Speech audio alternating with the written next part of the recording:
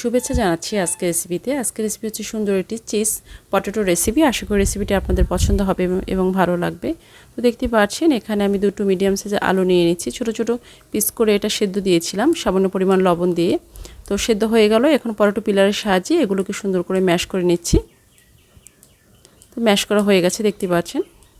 Mash করা হয়ে গেলে এটার সাথে অ্যাড করে দিব 1 চা চামচের মতো রসুন বাটা, আদা বাটা 1 চা চামচ, চিলি ফ্লেক্স 1 চা চামচ, আর এখানে অ্যাড করে দিচ্ছি জিরার গুঁড়া 1 চা চামচ, আর দিচ্ছি মরিচের গুঁড়া 1 চা চামচ করে। মরিচ কতটুকু খান তার উপর নির্ভর করে কিন্তু মরিচের গুঁড়াটা দিবেন।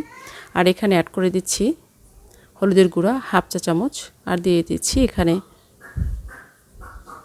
গোলমরিচের গুঁড়া 1/2 চা চামচ। এখানে লবণ অ্যাড করিনি, কারণ আমি লবণ দিয়ে আলুটাকে সেদ্ধ করে দিয়ে নিয়েছিলাম সেক্ষেত্রে। আর আলুটাকে যখন লবণ দিয়ে সেদ্ধ করবেন না তখন সেক্ষেত্রে কিন্তু এই মুহূর্তে এসে লবণ দিয়ে নেবেন পরিমাণ মতো। তো এখানে অ্যাড করে দিচ্ছি ধনিয়া পাতা কুচানো, আর দিচ্ছি কর্নফ্লাওয়ার 2 টেবিল চামচের মতো, আর দিয়ে দিচ্ছি এখানে টমেটো সস 2 টেবিল চামচ, আর দিচ্ছি এখানে মজেলা চিজ এখানে দিয়েছি 1/3 কাপের মতো। তো এগুলো কিন্তু সুন্দর করে ভালো করে মাখিয়ে নিতে হবে। আস্তে আস্তে করে সুন্দর করে এগুলোর সাথে সবগুলো মাখিয়ে নিতে। মজেলা চিজ দিলে খুব মজা হয়, টেস্টি হয়, খেতে কিন্তু দারুণ লাগে। আর এখানে অ্যাড করে দিচ্ছি সামান্য পরিমাণ আটা। এখানে 1 টেবিল চামচের মতো আটা অ্যাড করে নিয়েছি। তো এটা মাখানো হয়ে গেল। হাতে একটু তেল মেখে নিচ্ছি, আর এভাবে করে হাত দিয়ে গোল গোল করে সুন্দর করে একটু চ্যাপটা করে পটেটো চিজগুলো বানিয়ে নিচ্ছি।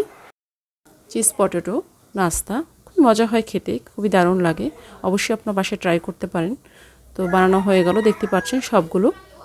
তো আমার চ্যানেলটিকে যারা এখনও সাবস্ক্রাইব করেনি, যদি ভিডিওগুলো ভালো লেগে থাকে তাহলে অবশ্যই সাবস্ক্রাইব করে নেবেন, এবং অলরেডি যারা করে ফেলেছেন তাদেরকে অসংখ্য ধন্যবাদ। দেখতে পাচ্ছেন চুলায় প্যান বসিয়ে দিয়েছি, আর সামান্য পরিমাণ তেল দিয়ে দিয়েছি। এখানে ডুবো তেলে ভাজার কোনো প্রয়োজন নেই।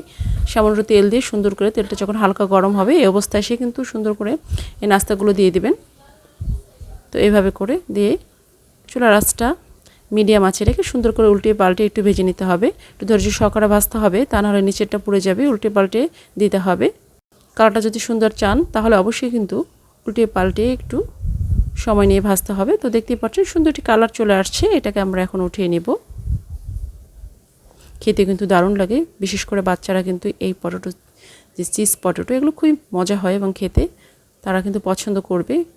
আপনারা কিন্তু বিকালে নাস্তা এবং টিফিনও কিন্তু এরকম একটি নাস্তা পরিবেশন করে দিতে পারেন। তো অবশ্যই ট্রাই করবেন। সবাই সুস্থ থাকবেন, ভালো থাকবেন। পরবর্তী ভিডিও দেখার আমন্ত্রণ রইল। আল্লাহ হাফিজ।